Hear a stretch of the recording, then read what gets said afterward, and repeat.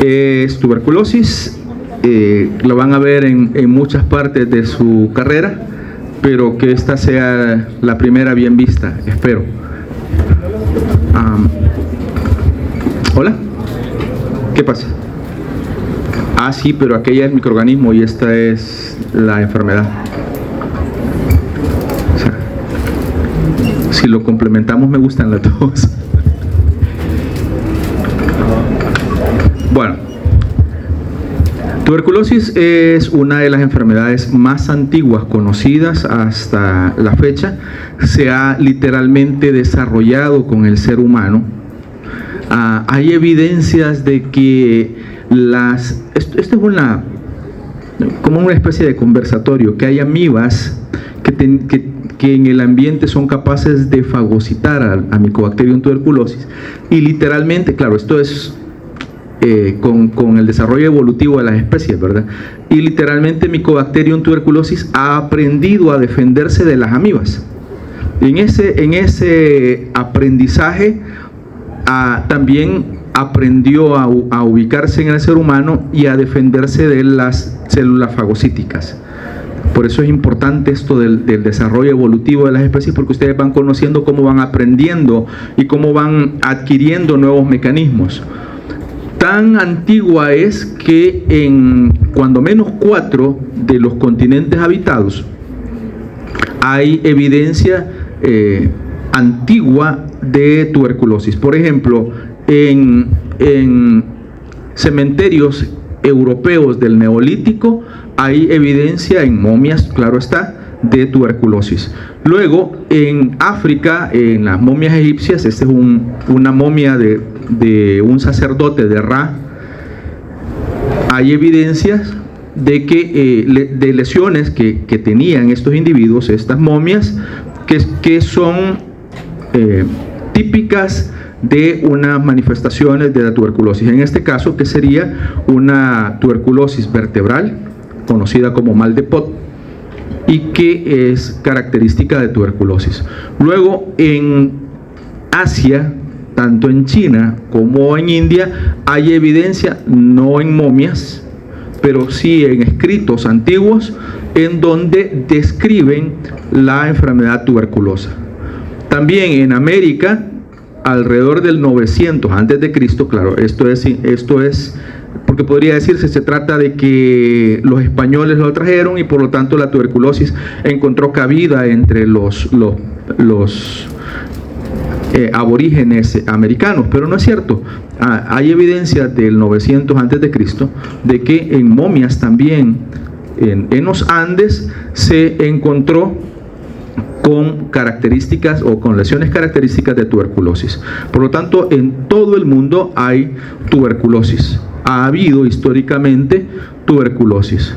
¿Quién causa la tuberculosis? Esto ya se los dije el ciclo pasado, es el complejo Mycobacterium tuberculosis. A raíz, más o menos por los años 80, la tendencia de la tuberculosis a nivel mundial era a decrecer.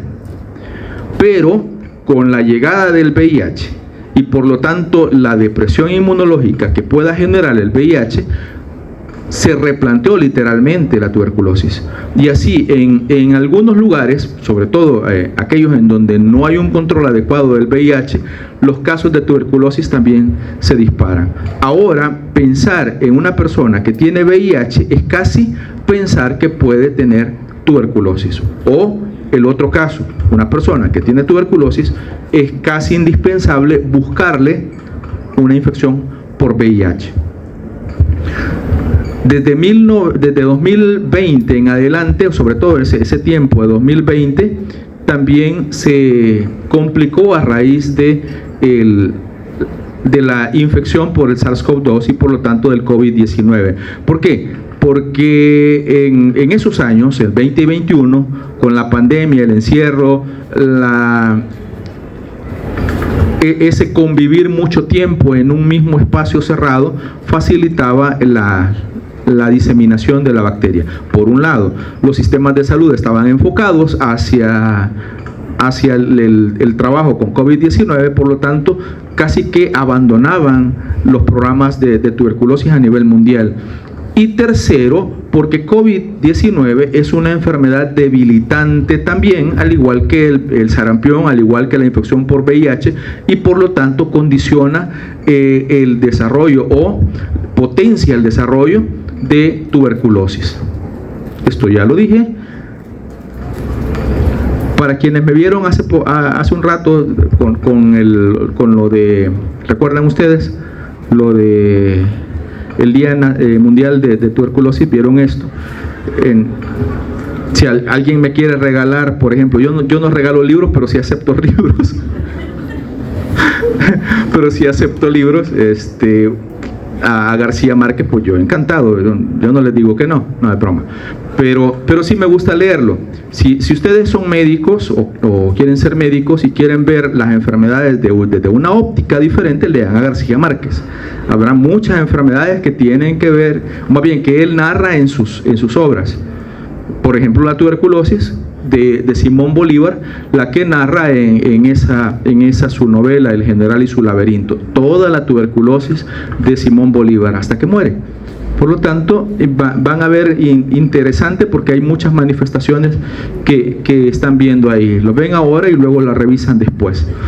Pero hay muchos individuos que se han infectado. Claro, esto lo pongo aquí porque la tuberculosis no es típica de una sola persona, sino que puede ser de cualquiera en condiciones apropiadas. Y por eso traigo todos los famosos que se encuentran acá que en algún momento desarrollaron tuberculosis. ¿Quién causa tuberculosis? El complejo Mycobacterium tuberculosis, y ese complejo lo forman en este momento 10 especies, que son las que están ahí. Las 3 más importantes a nivel mundial: Mycobacterium tuberculosis, la más importante, Mycobacterium bovis, Mycobacterium africanum, sobre todo en el continente africano, y todas las demás que suelen ser de animales que pueden causar zoonosis, pero que se ha comprobado que en efecto sí causan tuberculosis. ¿Por qué tuberculosis? Porque el nombre tuberculosis se refiere o hace referencia a pequeñas tuberosidades. ¿Por qué pequeñas tuberosidades? Porque se forman granulomas, y esos granulomas, que miden menos de 5 milímetros, son los que se conocen como tuberosidades. Entonces, al final, todos ellos son capaces de poder inducir el desarrollo de la enfermedad. Microti, Caneti, Pinipidi, Capra, Mungi, Suricata y Origis. Pero como les digo, en amarillo están los 3 que tienen distribución mundial y son los más importantes. Respecto de Mycobacterium tuberculosis, saben ya muchos ustedes. Ahora daré algunos detalles que quizás no di en el ciclo pasado, pero que sí son importantes. Uno, son bacilos ácido alcohol resistentes, aunque se supone que son bacilos gram positivo por estructura. Yo, William Merino, cada vez lo dudo más. Hay mucha evidencia de que van camino a nombrarse como gram negativos. Hay mucha evidencia.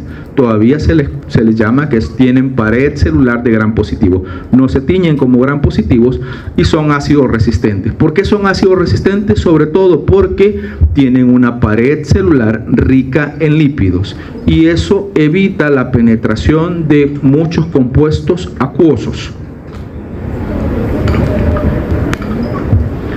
Pero además de impedir la penetración de muchos compuestos acuosos, la mayor parte de la patogenia o de los factores de patogenia que produce Mycobacterium tuberculosis están en su pared celular.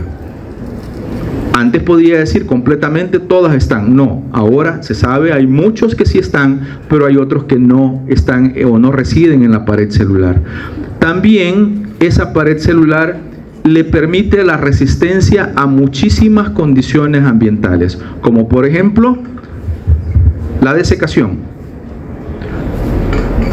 los ácidos, los álcalis, los detergentes, los colorantes, para poner algunos ejemplos en donde la radiación ultravioleta y la radiación solar, que pueden ser casi sinónimos, al contrario, son lesivos para Mycobacterium tuberculosis. Su tiempo de generación es muy lento. En promedio son 18 horas de tiempo de generación, y eso hace, por ejemplo, que para el cultivo ustedes tengan que esperar muchísimo tiempo. Muchísimo tiempo. Que para el proceso infeccioso se ocupe también mucho tiempo. Lo que un norovirus o un rotavirus podría hacer en 12 a 72 horas, Mycobacterium tuberculosis probablemente ocupe 2 meses. Pero lento no significa poco eficaz. Que quede claro. Y eso doy fe. Lento no significa poco eficaz. Seguro que sí. Van a ver. Vamos. ¿Cómo se adquiere la tuberculosis? Principalmente se adquiere porque hay un individuo que está expulsando bacilos. ¿A través de qué? De sus secreciones respiratorias. Usualmente, lo típico, esto por favor paso a paso grábenlo. ¿Quién es la fuente de Mycobacterium tuberculosis? Es un humano, pero no cualquier humano. No, ni siquiera un humano infectado. Un enfermo, exactamente. Una persona con tuberculosis pulmonar, principalmente. Si está infectado, pueda que todos aquí en el salón estemos infectados, pero no todos tenemos tuberculosis. Si no estamos expulsando bacilos, entonces no somos infecciosos para otras personas. ¿Quién lo es? Solo aquellas personas que tienen tuberculosis pulmonar y que son capaces de expulsar los bacilos en sus secreciones respiratorias. Puede ser que esa persona que tiene tuberculosis pulmonar, cuando hable, cuando cante, cuando tosa, cuando estornude, esté liberando esas gotículas respiratorias que llevan entre 1 y 5 bacilos, cada una de ellas. Estas gotículas respiratorias, por ejemplo, si son núcleos de las gotículas respiratorias, pueden quedarse suspendidas en el aire y permanecer horas hasta que otro individuo las inhala. Por eso, infectarse con Mycobacterium tuberculosis es muy fácil. Y hay una forma de decir esto. La infección es muy fácil. El desarrollo, la infección es muy fácil y depende de Mycobacterium tuberculosis, literalmente. Pero el desarrollo de la enfermedad depende de el proceso inmunológico de esa persona. Entonces, una cosa es, insisto, infectarse, y otra cosa es enfermarse. La persona inhala las gotículas respiratorias. Estas gotículas respiratorias, por ser tan pequeñas, viajan directamente hasta los alvéolos, y en los alvéolos son fagocitados por los macrófagos alveolares. Aquí hay una serie de eventos. Por ejemplo, el surfactante A es capaz de poder adherirse a Mycobacterium y hacer que se facilite la fagocitosis. Pero solo Mycobacterium tuberculosis, a través de el hipo arabino manano, es capaz de expresar y decirle a los macrófagos que allí está en los alvéolos. Los macrófagos lo identifican, lo detectan, migran hacia él y lo fagocitan. En teoría es lo mejor que podría pasar para el humano. Pues no, porque Mycobacterium tuberculosis ha adaptado tanto sus factores de patogenia que su principal forma de patogenia es la sobrevida intracelular en los macrófagos. Mycobacterium tuberculosis es capaz de sobrevivir intracelularmente en los macrófagos gracias a una serie de factores. Voy a mencionar 3 nada más por poner un caso. Uno es SAP6. ¿Qué era SAP6? ¿Se acuerdan? ¿Se acuerdan qué era SAP6? No. El blanco antigénico de secreción temprana. Target es la T. ¿Qué hace? Entre otras cosas, uno, facilita que no se forme el fagolisosoma y que escape la bacteria del lisosoma, perdón, del fagosoma, y por lo tanto evita la muerte intracelular. además de que modula la respuesta inmune en el paciente. Y vamos a ver qué importante es la modulación de la respuesta inmune. Otro elemento es el factor cordón o el trealosa 6,6 dimicolato. ¿Se acuerdan de él? Sí. Que también modula la formación del fagolisosoma, facilita que no lleguen los neutrófilos en algún momento, sobre todo en los primeros momentos de la infección, y la formación del granuloma, de mantener el granuloma. Y el hecho de mantener el granuloma es importantísimo para la sobrevivencia de Mycobacterium tuberculosis. Y que se llama PEDIM, sí, ¿verdad? No es sino que es pequeñito. Entonces, ¿cómo se llama? Déjenme recordar. Siempre se me olvida este nombre. PEDIM, ya lo voy a recordar. Termina en tiocerol, que es tiocerol, PH tiocerol, pero es dimicoceratos de tiocerol. Dimicoceratos de tiocerol. Eso significa PEDIM, ¿ya? Que también participa en evitar que se forme el fagolisosoma, facilitar que la bacteria se escape del fagosoma, y además, un dato que para mí fue impresionante, evita la autofagia. Y cuando yo dije, bueno, evita la autofagia, significa de que evita la muerte programada del mismo macrófago, y no es cierto. Lo que hace es que como Mycobacterium sale al citoplasma, se queda en el citoplasma desnudo, él se convierte en un elemento intracelular. Y no solo eso, sino que ese elemento intracelular, si no es propio, es marcado con ubiquitina y luego trasladado ¿a dónde? Al proteosoma para ser degradado, destruido, y luego viene la presentación de antígeno y todo lo demás. Pues no, él evita esto, los dimicoceratos de tiocerol evitan que el Mycobacterium sea marcado con ubiquitina, y al evitar que sea marcado con ubiquitina, evade esa destrucción intracelular en el proteosoma. Por lo tanto, es otro elemento que ayuda a que la bacteria tenga mejor sobrevivencia intracelular. Bien, pasó esto. La bacteria es capaz de sobrevivir dentro del macrófago, cuando menos. Y lo otro es modula la destrucción propia o la apoptosis propia del macrófago. ¿Para qué la modula? Para que le dé tiempo suficiente de multiplicarse, que pase más o menos 2 o 3 días para que pueda multiplicarse en 2 o 3 generaciones de bacilos, y luego el macrófago se rompe, se destruye, libera los bacilos, ya no uno, sino que 3 generaciones de bacilos, que estaríamos hablando más o menos de 20, 25 bacilos, que van a infectar a nuevos macrófagos.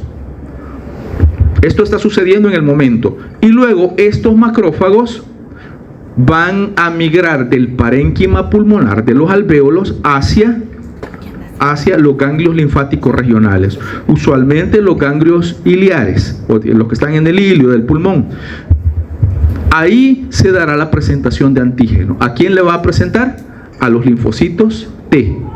¿Qué va a suceder? Que los linfocitos T van a montar una respuesta, van a activar a esos macrófagos, o van a activar macrófagos, y los macrófagos activados van a migrar hacia el foco de infección en el pulmón. En este camino, si son tantos los macrófagos infectados, fácilmente estos macrófagos pueden perderse y pueden ir a la circulación y sembrar Mycobacterium, claro, dentro del macrófago, sembrar Mycobacterium tuberculosis en cualquier parte del cuerpo. Esto es un momento importantísimo dentro de la infección. ¿Por qué? Porque va a condicionar lo que pueda pasar más adelante.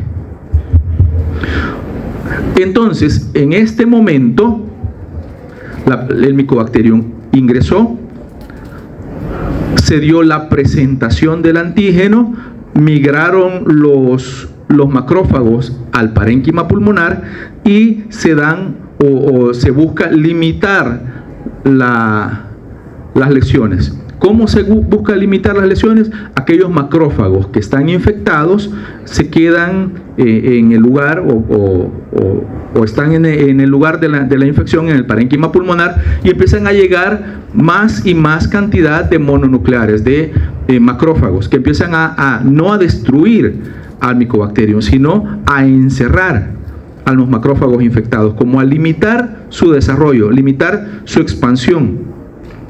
Por eso dice, se dan lesiones limitadas. En este momento, cuando ya hay presentación de antígeno, cuando ya hay macrófagos activados, también esa persona puede hacerse la prueba de tuberculina y puede dar una prueba de tuberculina positiva.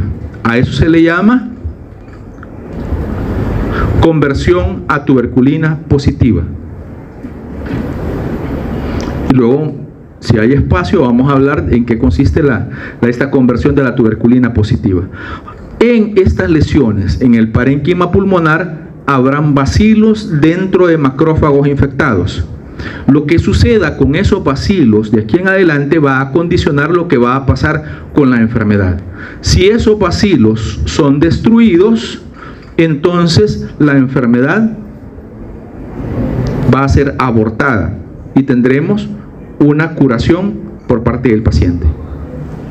Si esos bacilos no son destruidos, pero continúan vivos, pasan a estar latentes o durmientes.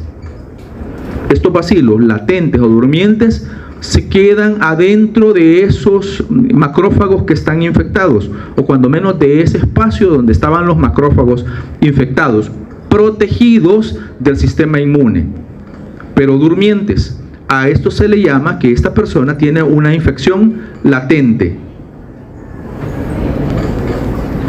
Y tercero, en donde el sistema inmune no es capaz de destruir los bacilos se multiplican y no son contenidos en un espacio en particular, y por lo tanto estos bacilos se convierten en bacilos activos que van a diseminarse y van a desarrollar la enfermedad primaria. Decime. Con respecto a los bacilos latentes durmientes, ¿pueden tener síntomas y signos? No. Esa es una diferencia importante. Las personas que tienen los bacilos latentes o durmientes se dice que están infectados. Y si están infectados, no tienen manifestaciones. ¿Cuál es la única forma de poder evidenciar? Bueno, hay un par de formas, pero para nuestro medio la más importante de saber que una persona está infectada es a través de la prueba de tuberculina. Se hace la tuberculina y está positiva, entonces esa persona está infectada. Si hace la tuberculina y está negativa, esa persona no está infectada. ¿De acuerdo? A la lesión pulmonar, al foco pulmonar, a esa lesión que aparece delimitada, más la adenopatía ilear asociada, a esos dos elementos en conjunto se le llama complejo de Ranquet, como está escrito ahí. Acá. Complejo de Ranquet. ¿Qué es el complejo de Ranquet? Es la lesión en el parénquima pulmonar asociada a la adenopatía ilear.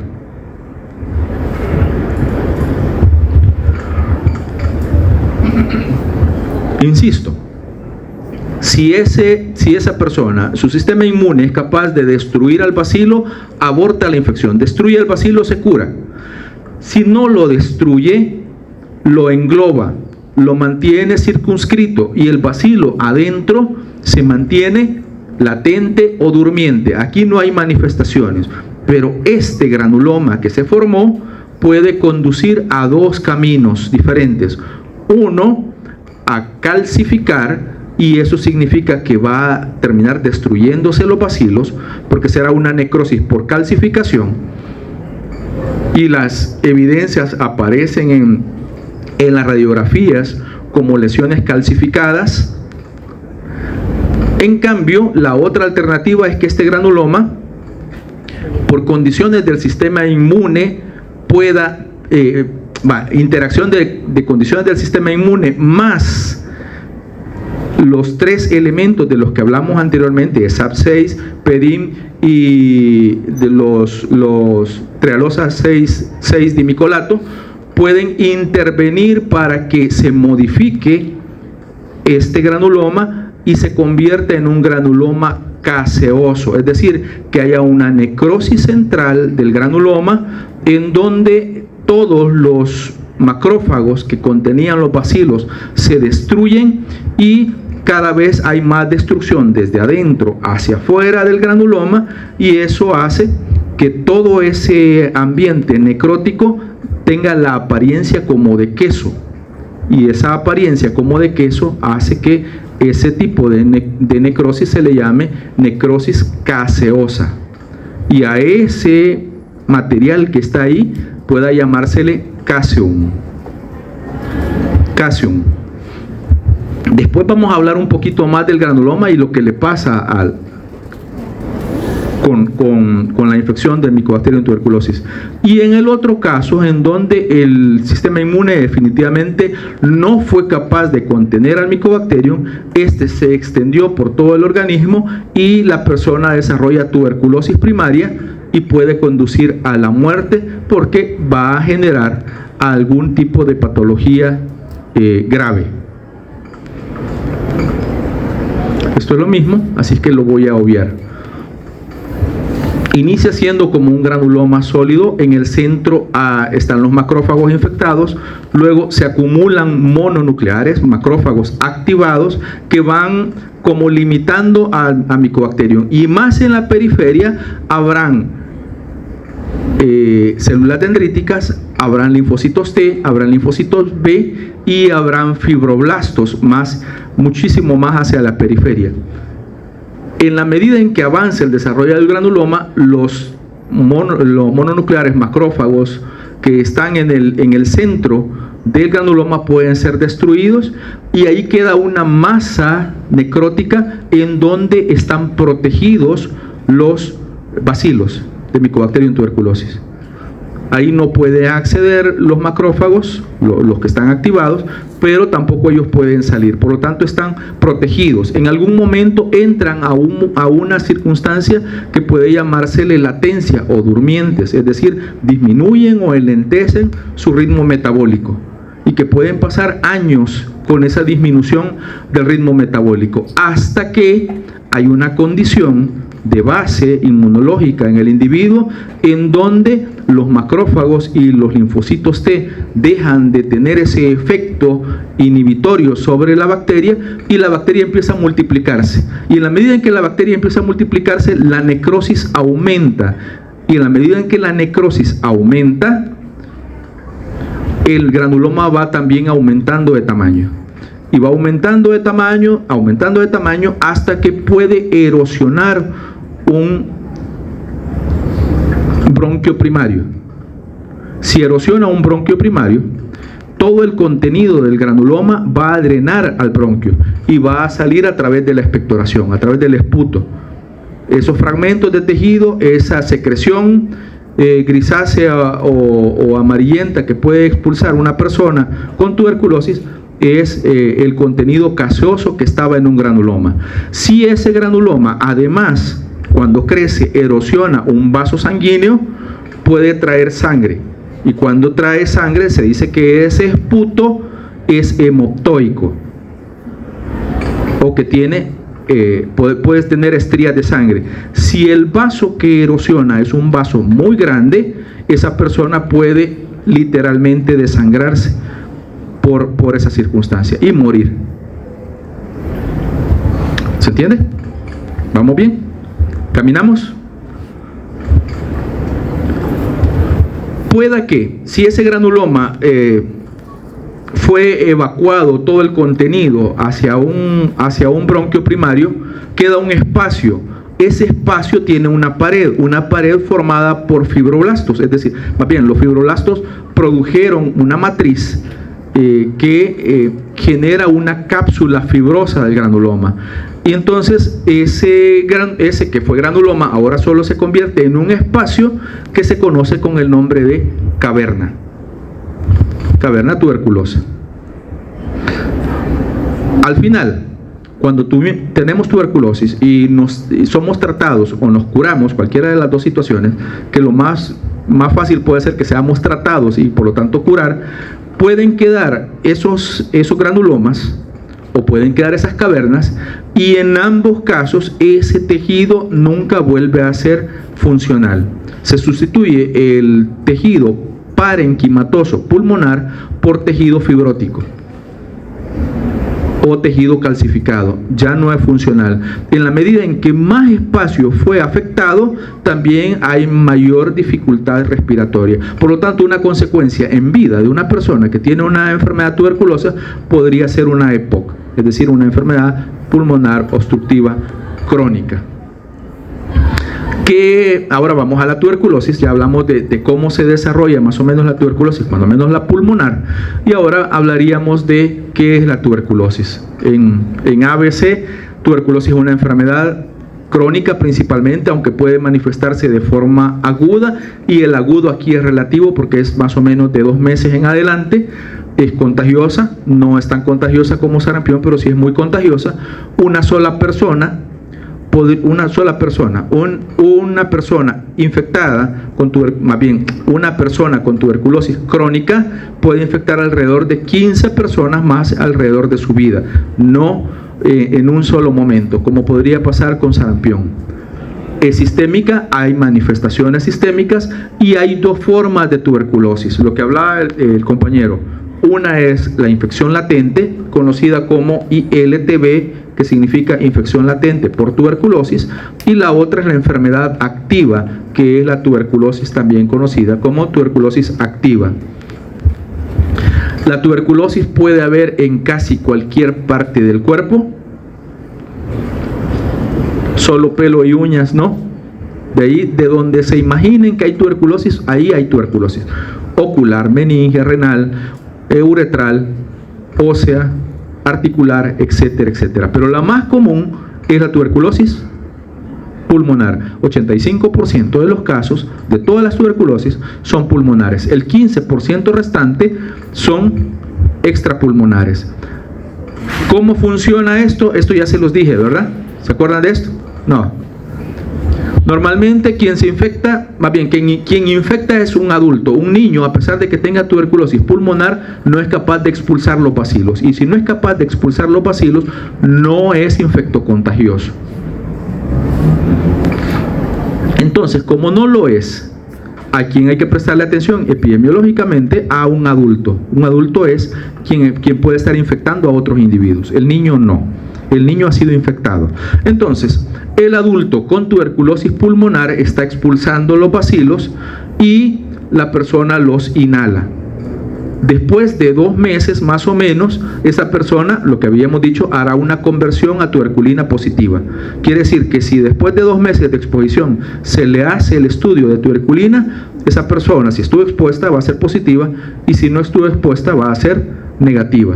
Pero no solo eso, sino que a partir de ese momento, esa persona es capaz de desarrollar tuberculosis.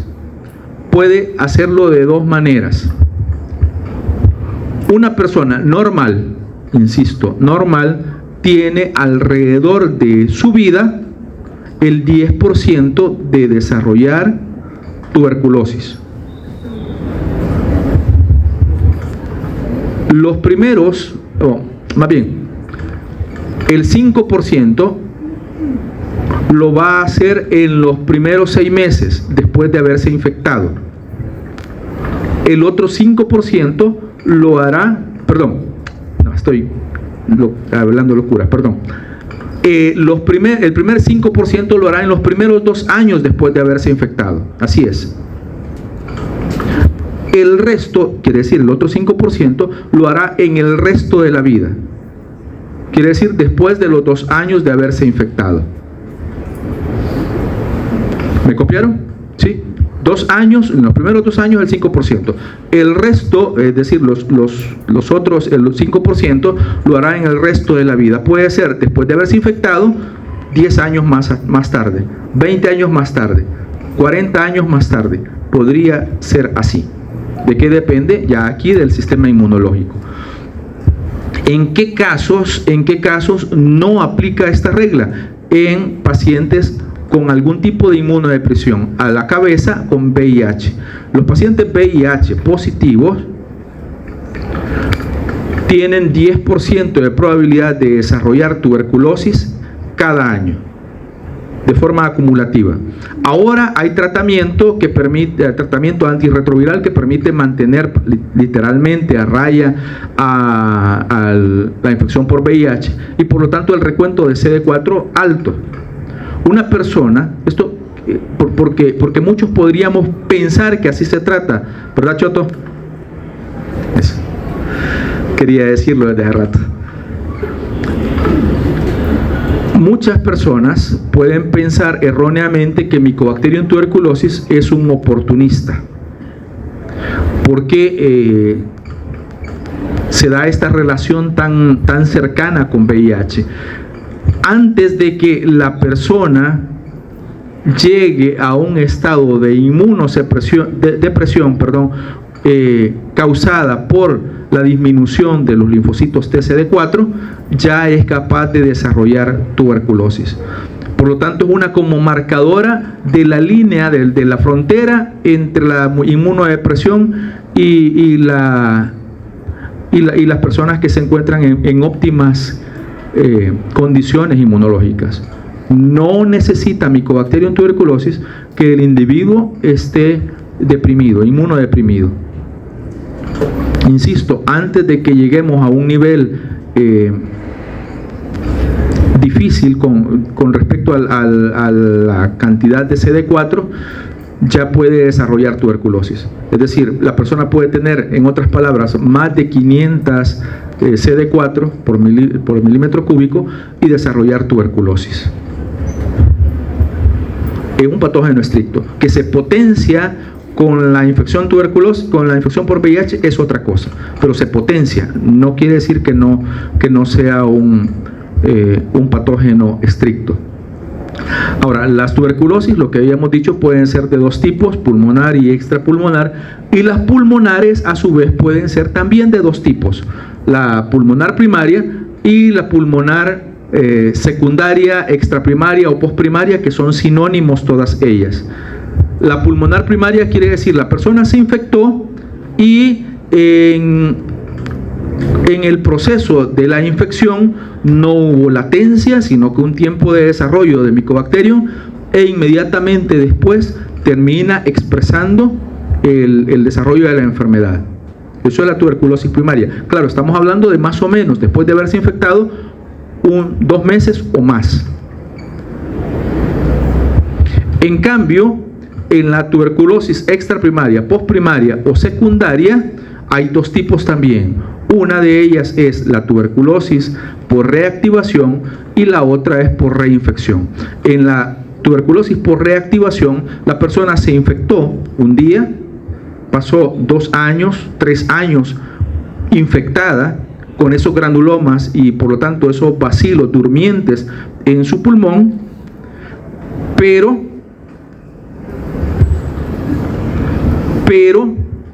no desarrolló la enfermedad.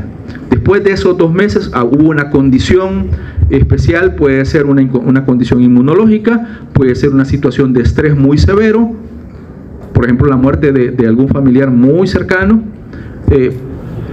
puede haberse dado una situación metabólica como por ejemplo diabetes, que ahora es una condicionante importante de tuberculosis, y el Mycobacterium empieza a multiplicarse, a crecer, a desarrollarse y a causar tuberculosis. Esa persona no desarrolló tuberculosis pulmonar primaria, sino que fue posprimaria o por reactivación de los bacilos que estaban durmientes.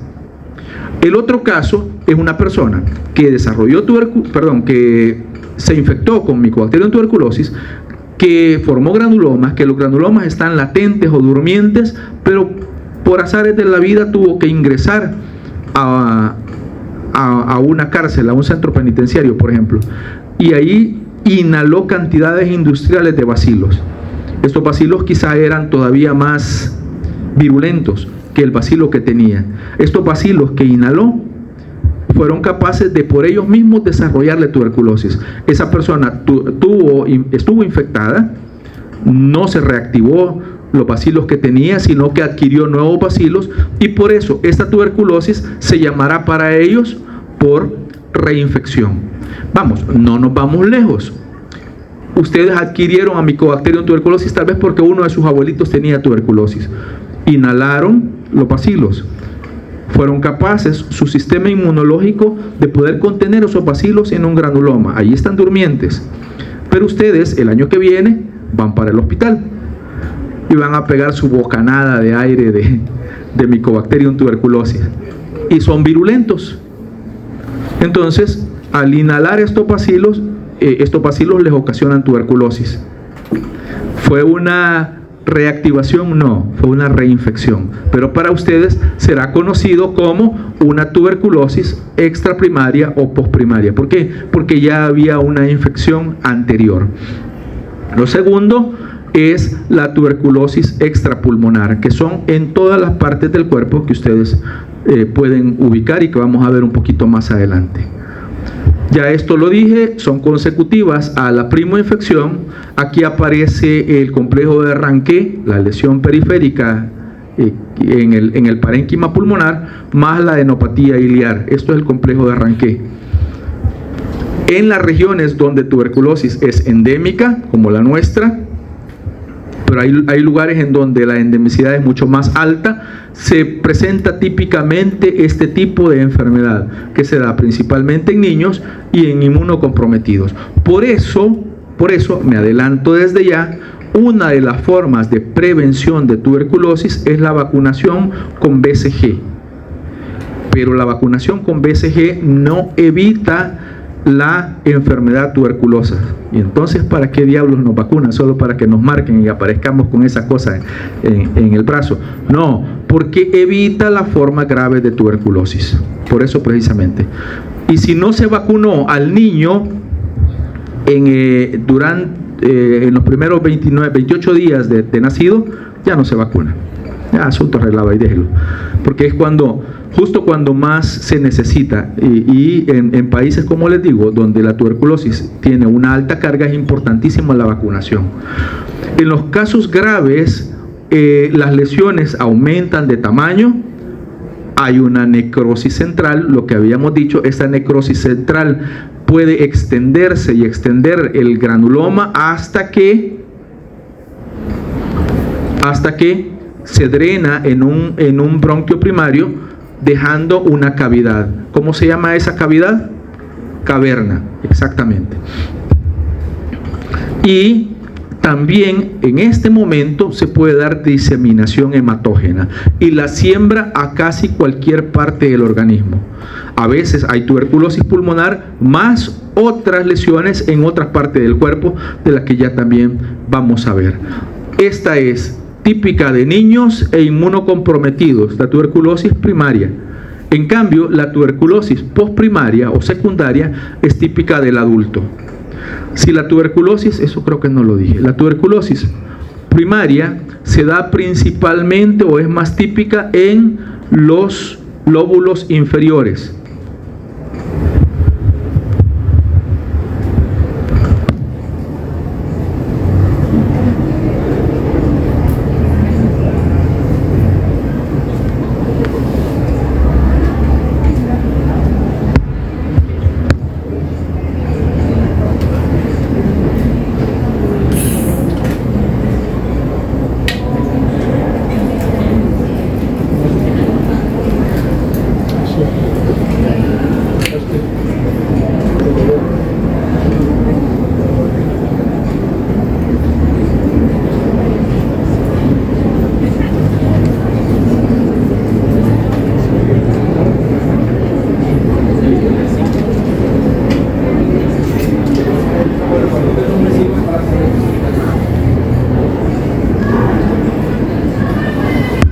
entonces les decía, tuberculosis pulmonar primaria, principalmente el lóbulo inferior o lóbulo medio en el caso de ¿qué es el pulmón?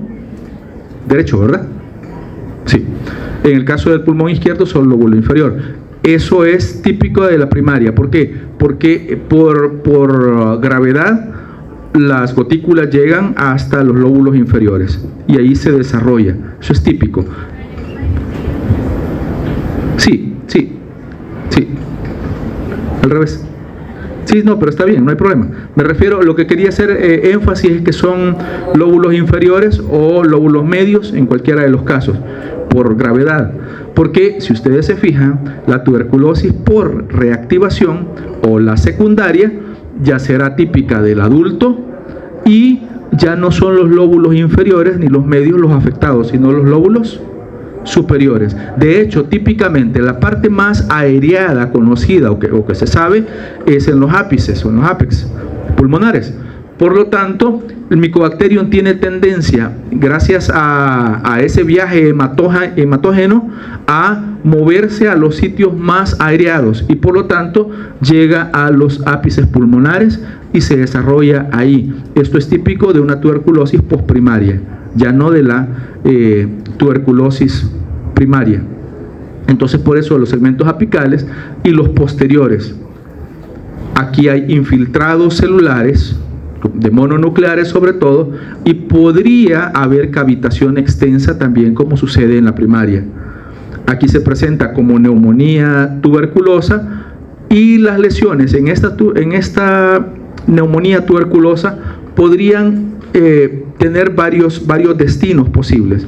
La primera es, cuando cura la persona, calcificar. Si no cura, caseifica. Son dos tipos diferentes de necrosis. En cualquiera de los dos casos, la periferia habrá fibrosis. En cualquiera de los casos.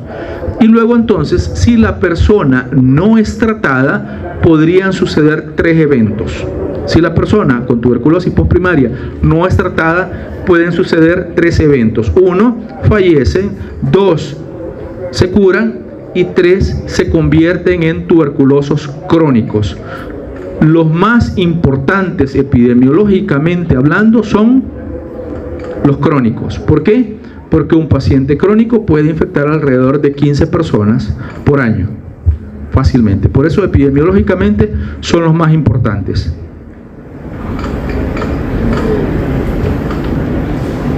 Cualquier parecido con la realidad es pura coincidencia. ¿Cómo? Sí, porque solo le hago así y ya casi. No me pongo ahí. ¿Cómo sabemos cómo sospechamos que estamos ante la presencia de tuberculosis? Hay manifestaciones que son típicas y que se suman una con la otra para poder decir, cuando menos sospechen de que se trata de tuberculosis. Número 1, fiebres bajas, constantes o intermitentes. Diaforesis nocturna, quiere decir sudoración nocturna sin causa aparente. No hizo ejercicio, no está haciendo calor y está sudando. Algo pasa. Pérdida de peso sin una razón aparente. Anorexia sin una razón aparente. Malestar general, y todos estos signos son sistémicos de cualquier tuberculosis. De cualquiera. A eso súmenle un signo o una manifestación que puede ser local de un problema de tuberculosis.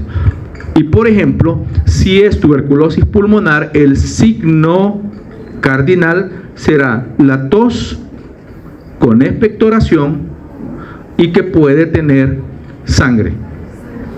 Esto puede, porque podría no tener, solo ser tos con expectoración, y es signo de tuberculosis pulmonar. Todas las manifestaciones que he dicho, más tos con expectoración, igual a, o casi igual a tuberculosis, hasta no descartar lo contrario. Esto es esto mismo que hemos dicho: pérdida de apetito, fatiga, dolor torácico por la tos, tos y sangre, tos productiva con sangre, sudoración nocturna, palidez, etc. ¿Cuáles son las formas extremas? Puede haber disnea o síndrome de distrés respiratorio agudo en el peor de los casos. En el caso de las tuberculosis extrapulmonar, esto lo voy a mencionar, solo voy a ir dando un paso bien rápido por las tuberculosis, pero esto me interesa y si se aprenden esto hemos ganado. Tuberculosis extrapulmonar se divide en dos tipos, graves y menos graves. Las graves son la meningia, la miliar, la pericárdica, peritoneal, pleural, bilateral, vertebral, o sea, ósea, pero vertebral, intestinal y genitourinaria. Esas son las graves. Las menos graves, ganglionar, pleural, unilateral, ósea, cutánea, articular. ¿De acuerdo? ¿Alguien tiene dudas? Tuberculosis meningia, principalmente en inmunodeprimidos y en niños. Se manifiesta como una meningitis crónica. Hasta aquí voy a llegar. Segundo, tuberculosis ganglionar en casi cualquier ganglio, pero los más típicos son los que se desarrollan en el cuello, sobre todo en ganglios cervicales y supraclaviculares, que generan o dan la apariencia de que ese individuo ha engrosado su cuello. Y como ha engrosado su cuello, se le llama típicamente cuello de toro. Y este cuello de toro, las lesiones se conocen como escrófulas. Esto solo es ganglionar, pero de la región cervical y supraclavicular. ¿Perdón? ¿Eso provoca mal aliento? Realmente no lo sé. Eso no podría decirlo, pero puede ser, no lo sé. ¿Lo ha visto usted? No. Vaya. No, yo no sé. Soy sincero y digo no lo sé. No sé si hay halitosis relacionado con la forma ganglionar. Diferente quizás sea, y voy a intervenir si están afectadas las amígdalas o las adenoides, en donde sí hay contacto directo con la mucosa. Aquí no hay contacto directo con la mucosa. Con mucosas me refiero. Así que yo creería que no, pero creo que no. Estoy diciendo la verdad, creo. ¿Sí? Bien. Solo como un comercial, esto nunca se funciona, nunca se abre. Si se abre cuesta muchísimo que cicatrice, muchísimo. El tratamiento es mejor cuando está cerrado que cuando está abierto. Este es la tuberculosis vertebral o mal de Pot. Es más común en las vértebras torácicas y lumbares.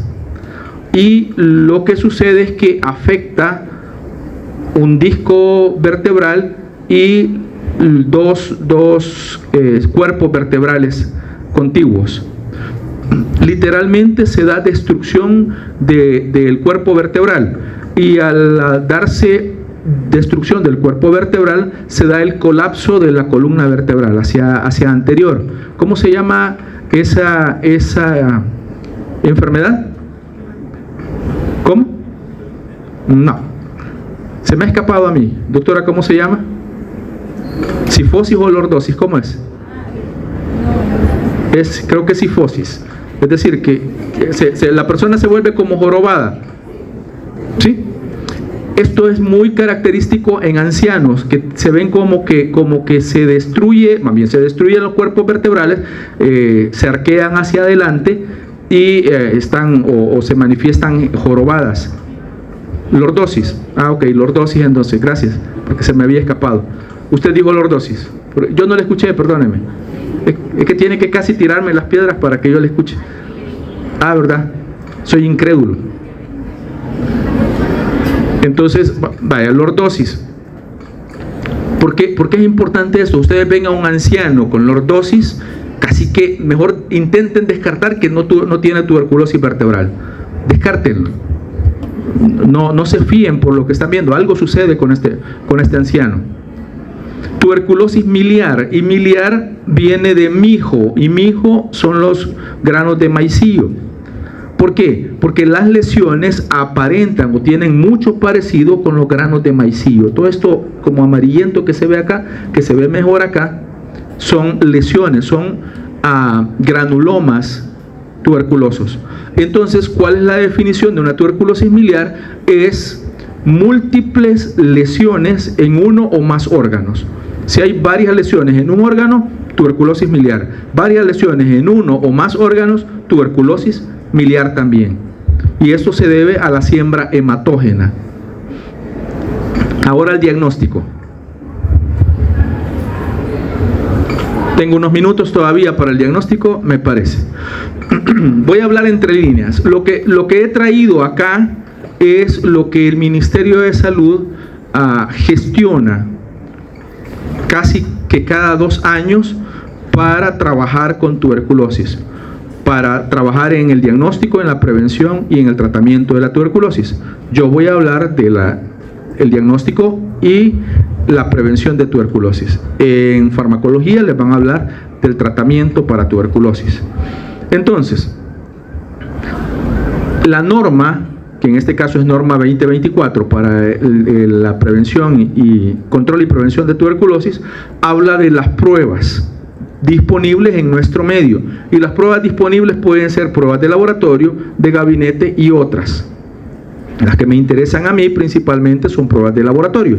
Y las pruebas de laboratorio que tenemos para diagnóstico de tuberculosis están la baciloscopía, el cultivo y el estudio a través de PCR, que el que utilizan acá, el que se utiliza aquí, es la prueba molecular rápida, pero es un PCR en tiempo real. Luego las pruebas de gabinete que auxilian por las imágenes son la radiología, tomografía axial computarizada y resonancia magnética. Otras pruebas que podrían utilizarse y que son válidas para poder complementar el diagnóstico son la PPD o la prueba de tuberculina, el uso de las biopsias para buscar granulomas específicos y este que se conoce como TB-LAM, que es una búsqueda de antígenos del Mycobacterium tuberculosis, de lipoarabinomannanos de Mycobacterium tuberculosis. Diga.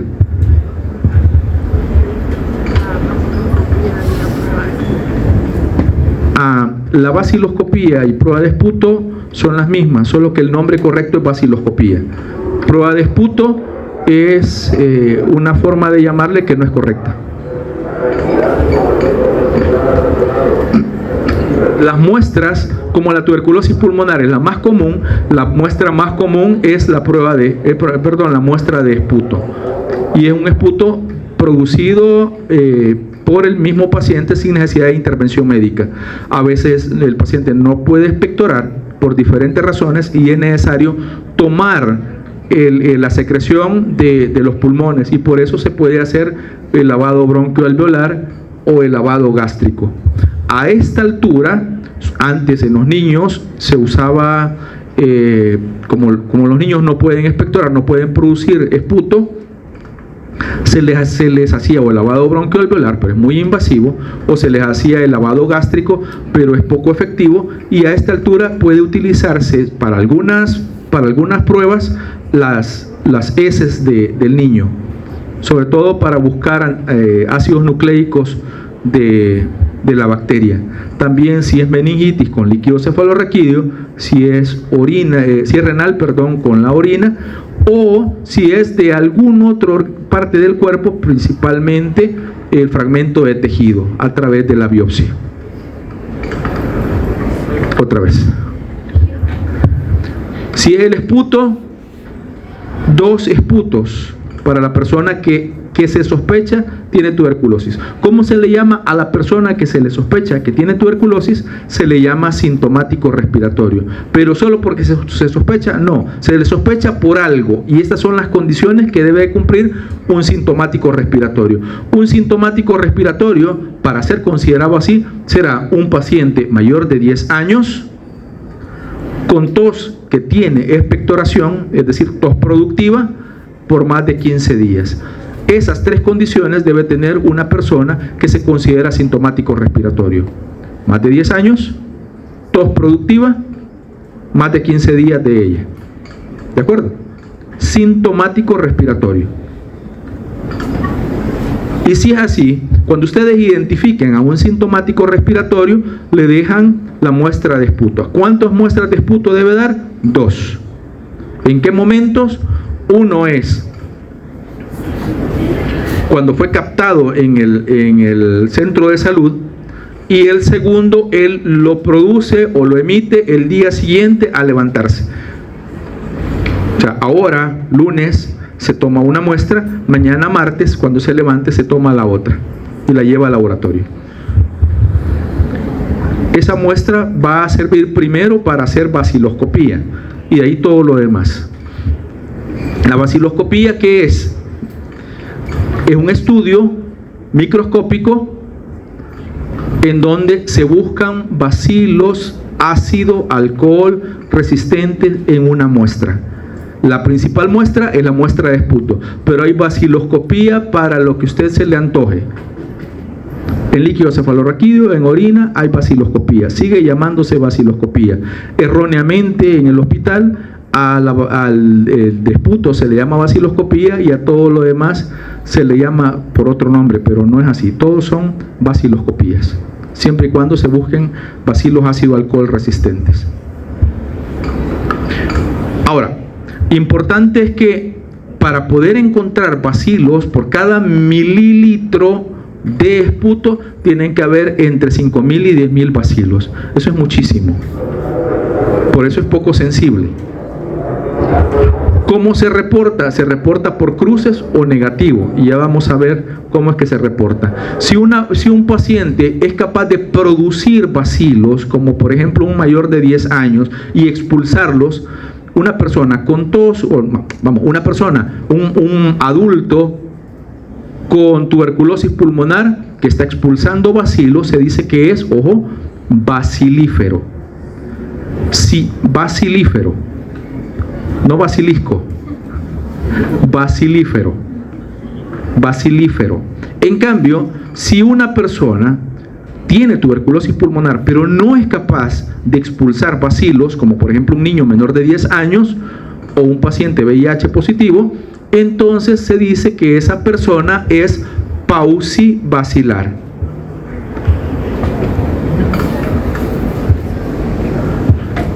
La baciloscopía no es confirmatoria de tuberculosis.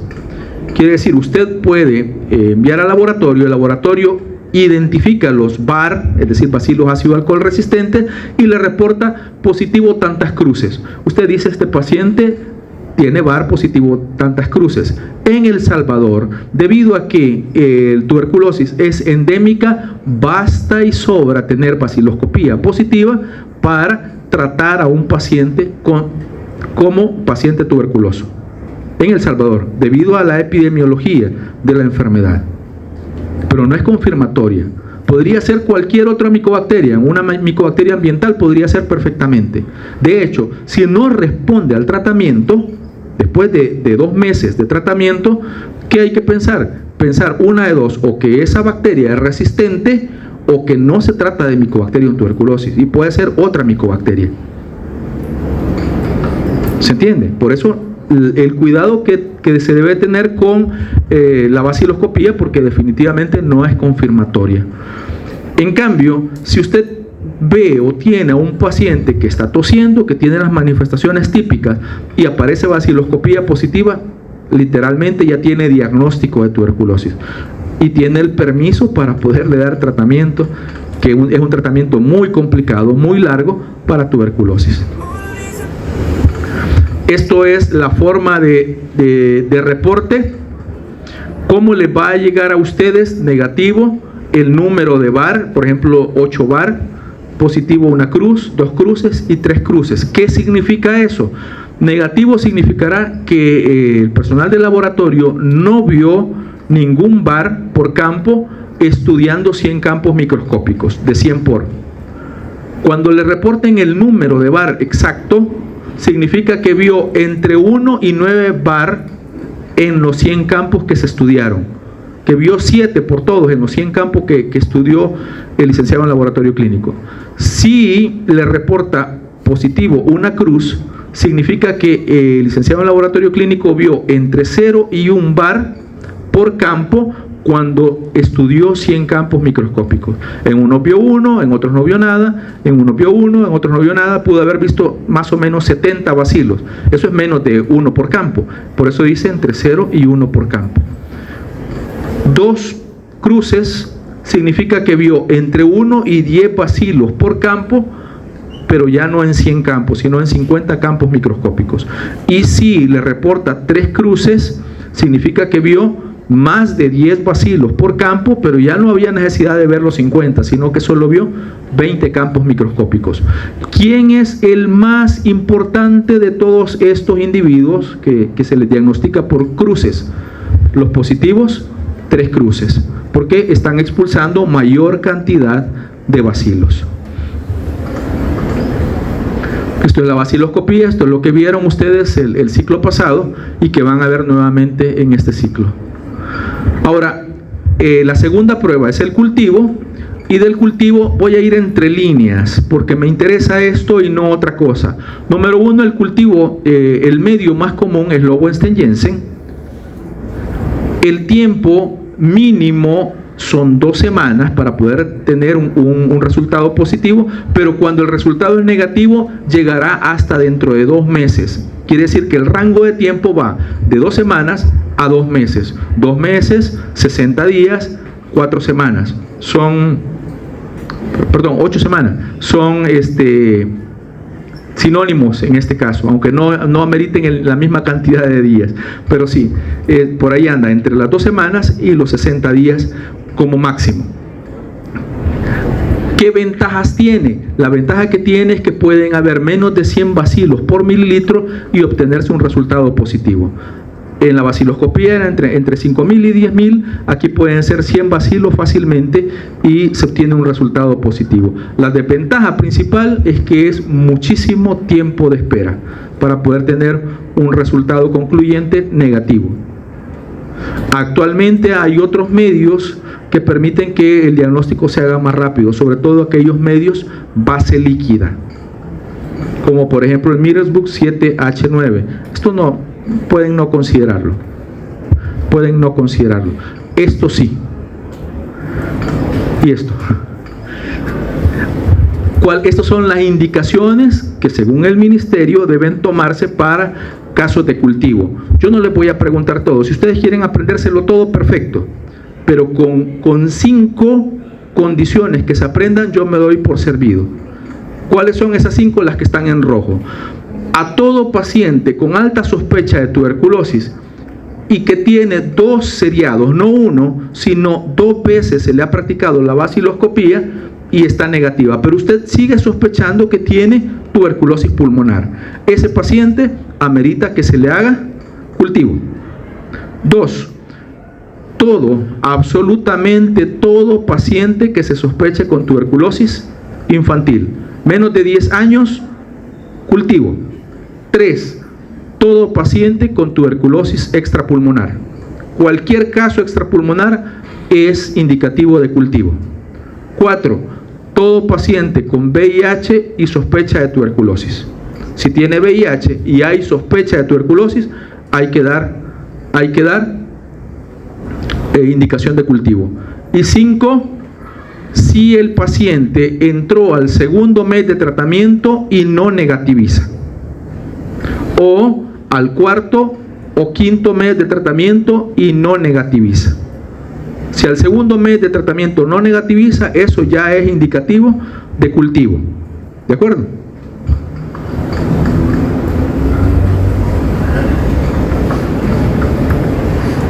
Otras pruebas de laboratorio. Por ejemplo, LAM, es decir, la búsqueda del lipoarabinomanano. Esto se hace en prueba inmunocromatográfica y principalmente en nuestro medio está dedicado para pacientes VIH positivos en la muestra de orina. Importante es esto, no lo he dicho, creo que no lo dije durante el ciclo pasado, pero es importante que lo sepan.